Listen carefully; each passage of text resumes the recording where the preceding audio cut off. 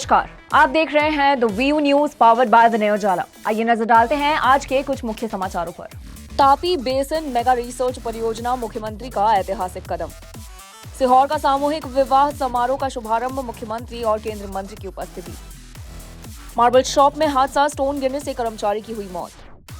Holkar stadium को उड़ाने की धमकी, ऑपरेशन सिंदूर के नाम से आया ईमेल। जम्मू में शंभू मंदिर पर पाकिस्तानी हमला, बड़ा हादसा टला। सीएम डॉक्टर मोहन यादव ने कहा कि पीएम मोदी के नेतृत्व में मध्य प्रदेश जल सहयोग में आगे बढ़ रही है। तापी बेसिन मेगा रिसर्च परियोजना पर मध्य प्रदेश महाराष्ट्र के बीच एमओयू होगा। इससे सिंचाई सुविधाएं बढ़ेंगी और विकास को नई दिशा मिलेगी। यशस्वी प्रधानमंत्री के नेतृत्व में मध्य प्रदेश अपने सभी पड़ोसी राज्यों के साथ जल बंटवारे को लेकर के आपस में जनता के लिए, पीने के लिए, सिंचाई के लिए और ख़ास करके औद्योगिकरण की दृष्टि से, लेकिन आज जो महाराष्ट्र सरकार के साथ हमारा एमओयू होने वाला है, इसके यशस्वी मुख्यमंत्री श्रीमान देवेंद्र फडणवीस जी हमारे साथ आने वाले हैं, जिनके माध्यम से भूगर्भ भंडारण का एक बड़ा नया प्रोजेक्ट जो विश्व का अनूठा प्रोजेक्ट रहेगा, इस पे हम काम कर रहे हैं। दोनों राज्य मिलकर के, महाराष्ट्र और मध्य प्रदेश ने मिलकर के जो योजना बनाई है, मैं अपनी ओर से महाराष्ट्र के मुख्यमंत्री का स्वागत करता हूँ, अभिनंदन करता हूँ। और यशस्वी प्रधानमंत्री के नेतृत्व में जिस प्रकार से मध्य प्रदेश ने अपने सभी आसपास के राज्य, जैसे केन बेतवा नदी जोड़ो अभियान उत्तर प्रदेश के साथ हमने प्रारंभ किया है, जिसमें पूरा बुंदेलखंड का जीवन बदलेगा। इसी प्रकार से राजस्थान के साथ हमारा पीकेसी योजना पे काम हुआ है, जिसमें मालवा और चंबल के बेल्ट में हमको लाभ मिलेगा।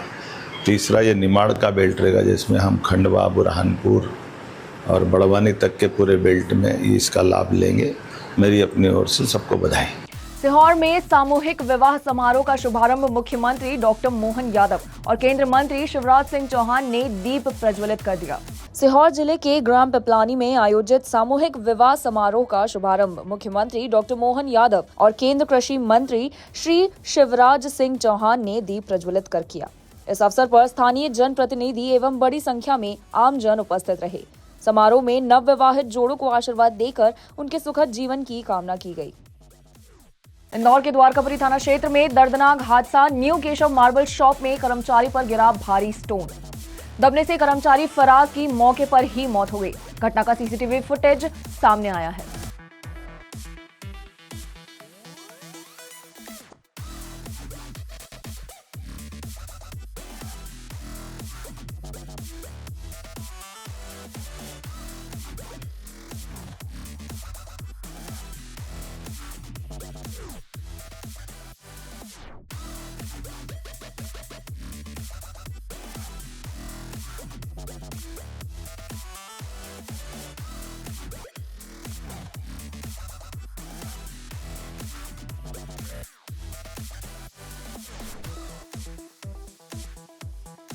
इंदौर के होलकर स्टेडियम और अस्पताल को उड़ाने की धमकी मिली है। एमपीसीए सचिव को ऑपरेशन सिंदूर के नाम से धमकी भरा ईमेल मिला।